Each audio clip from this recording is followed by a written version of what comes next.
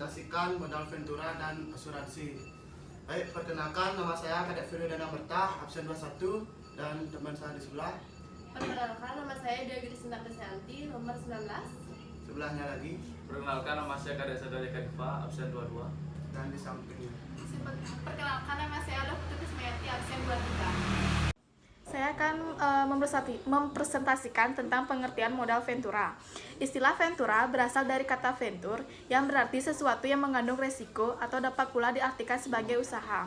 Jadi, modal ventura adalah modal yang ditanamkan pada usaha yang mengandung resiko. Modal ventura adalah merupakan suatu investasi dalam bentuk pembiayaan berupa penyertaan modal ke dalam suatu perusahaan swasta sebagai pasangan usaha untuk jangka waktu tertentu. Tujuan modal ventura yang pertama, membantu meningkatkan angka pertumbuhan UKM dengan mengupayakan modal saham dan memberikan jaminan jangka panjang dan menengah serta membantu usaha kecil dalam peningkatan keahlian dan manajemen. Yang kedua, membantu menciptakan situasi bisnis yang sehat bagi UKM agar dapat bertumbuh menjadi usaha yang dapat diandalkan. Yang ketiga, membantu perusahaan yang sedang kekurangan likuiditas. Yang terakhir, membantu mendirikan perusahaan baru di mana tingkat risiko kerugiannya sangat besar.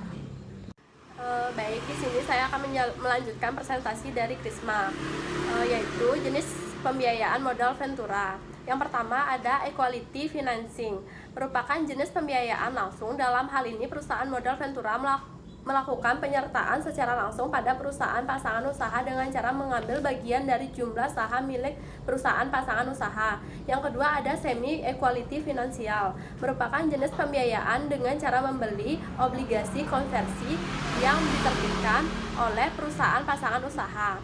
Yang ketiga ada mendirikan perusahaan baru. Adalah hal ini perusahaan modal ventura bersama-sama dengan perusahaan pasangan untuk mendirikan usaha yang baru sama sekali. Yang keempat ada bagi hasil, merupakan jenis pembiayaan yang ditunjukkan kepada usaha kecil yang belum memiliki bentuk badan hukum PT, namun tidak tertutup kemungkinan dengan berbadan hukum PT apabila kedua pihak saling menginginkannya. Dan di sini saya juga akan menjelaskan tentang sumber-sumber dana modal ventura. Yang pertama ada investor perseorangan. Investor perseorangan lebih menyukai dan cenderung melakukan investasi pada usaha yang telah berjalan lancar dan bersifat jangka pendek. Yang kedua ada investor institusi. Biasanya perusahaan-perusahaan besar, terutama di negara-negara industri, memiliki suatu divisi tersendiri yang khusus menangani bisnis modal ventura. Yang ketiga, ada perusahaan asuransi dan dana pensiun.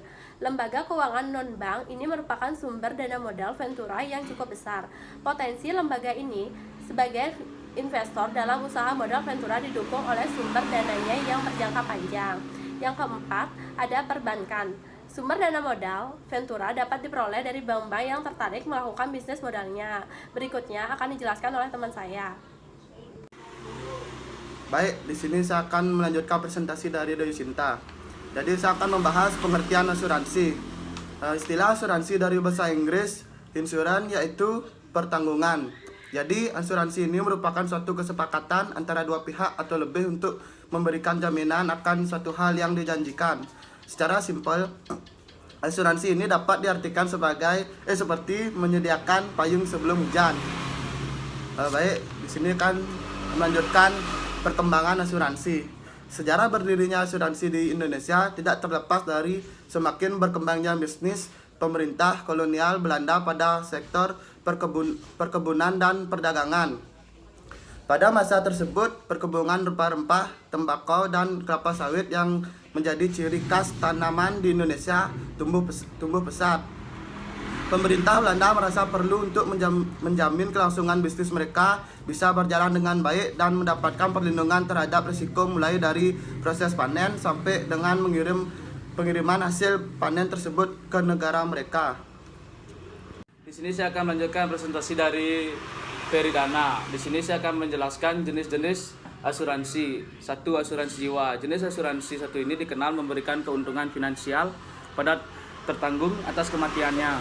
Yang kedua, asuransi kesehatan. Jenis asuransi ini juga cukup dikenal oleh masyarakat Indonesia Asuransi kesehatan merupakan produk asuransi yang menangani masalah kesehatan tertanggung karena suatu penyakit serta menanggung biaya proses perawatan.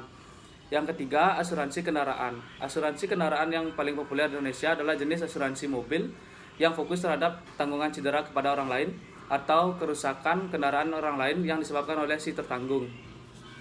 Dan saya di sini melanjutkan prinsip-prinsip asuransi. Yang pertama, kepentingan untuk diasuransikan. Yang kedua, itikat baik.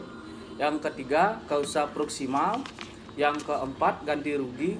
Yang kelima, pengalihan hak atau perwalian. Yang keenam, kontribusi. Di sini saya juga melanjutkan jenis-jenis risiko asuransi. Yang pertama, risiko murni. Yang kedua, risiko spekulatif. Yang ketiga, risiko khusus. Yang keempat, risiko fundamental. Dan yang kelima, risiko individu. Dan yang keenam, risiko harta. Dan yang ketujuh, risiko tanggungan gugat. Sekian presentasi dari kelompok kami. Bila ada kesalahan kata dari kelompok kami mohon maaf dan selamat malam.